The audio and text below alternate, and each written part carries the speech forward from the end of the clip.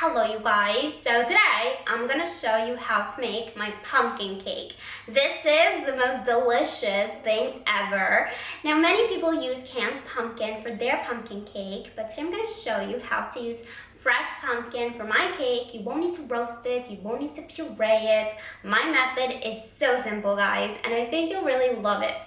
Now, because today is the first day of fall, I'm going to be decorating this cake in a way that it represents fall. I love it this way. You can decorate your cake obviously however you want. That being said, let's get started and let's make this.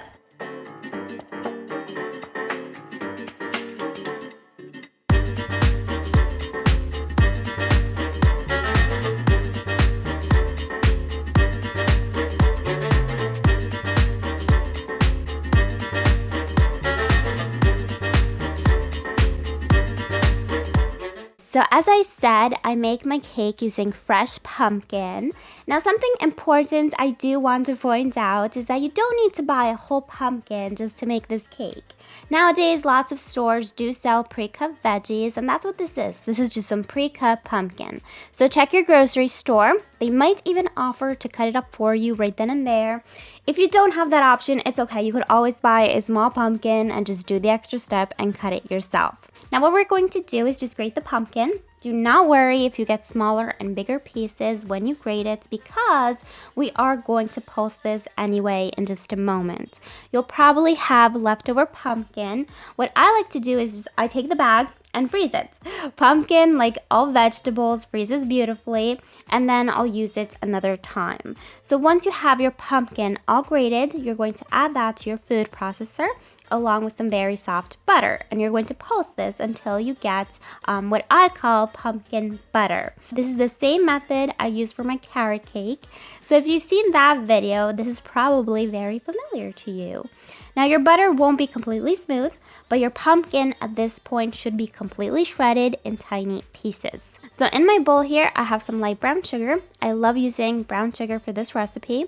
I'm going to also add my pumpkin butter. And all you want to do now at this point is cream these ingredients together, like we do for all my cake recipes, basically. Do not cream this for more than 20-30 seconds at the most, or what's going to happen is your cake will end up with a horrible cracked top, and we don't want that. You're going to add your eggs. I always do 3 eggs for my cakes, and you want to add 1 egg at a time, and again, do not over mix. Now your batter at this point may seem strange, almost like if it's separating. Do not panic. The reason this happens is because fresh pumpkin contains a lot of water. And water and fats aren't friends, guys, unfortunately. So they do kind of separate. Anyway, it's okay. As soon as you add the dry ingredients, everything will come together. To my dry ingredients, I've also added cinnamon, ginger, and nutmeg. I basically created my own pumpkin spice. And you want to sift everything before adding those to your wet ingredients. I did sift mine prior to filming. That's why you don't see me sifting these ingredients on camera. As soon as you don't see any more lumps of flour, stop mixing.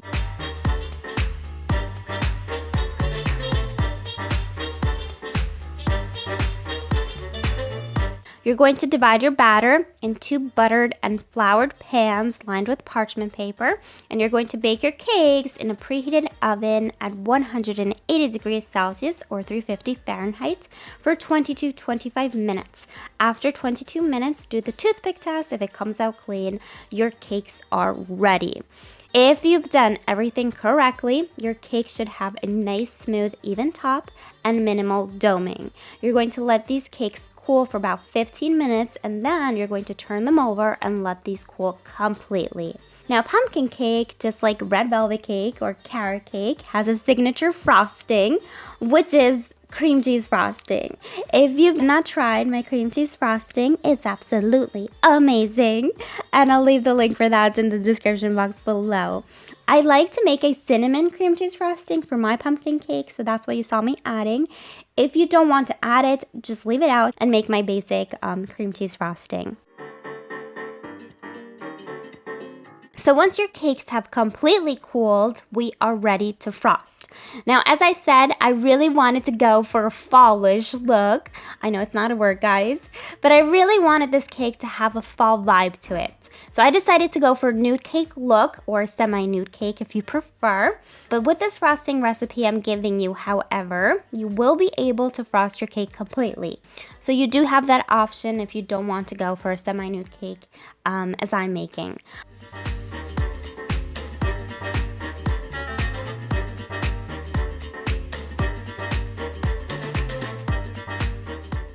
I decorated the top of my cake with some pumpkin seeds. These are store-bought, but if you do buy a whole pumpkin, you can roast those seeds, and I do have a video for how to do that. And I also added some cinnamon sticks. This cake, guys, looks like autumn. I love how it turned out. The colors are those of fall, warm, but sometimes dull. I just love it. The flavor of this cake is delicious. Even if you're not a huge pumpkin spice lover, try it sometimes. You might really like it. Now, because we did pulse the pumpkin really fine, you will not see bits and pieces of pumpkin in your cake, but you will have a beautiful, tender, and moist crumb. So yeah, that's how you make my pumpkin cake. You guys enjoyed this video. If you did, please give it a big thumbs up for me, and please subscribe. I publish a new video every Friday. Also, if you're not following me on my social media, you definitely should. My links will be in the description box below. I love posting previews of my YouTube videos on there, and I love reposting your pictures on my Instagram, guys. So if you do make this cake, definitely send me a picture. I would love to see it. Thank you so much for watching, guys, and I will see you next Friday. Bye.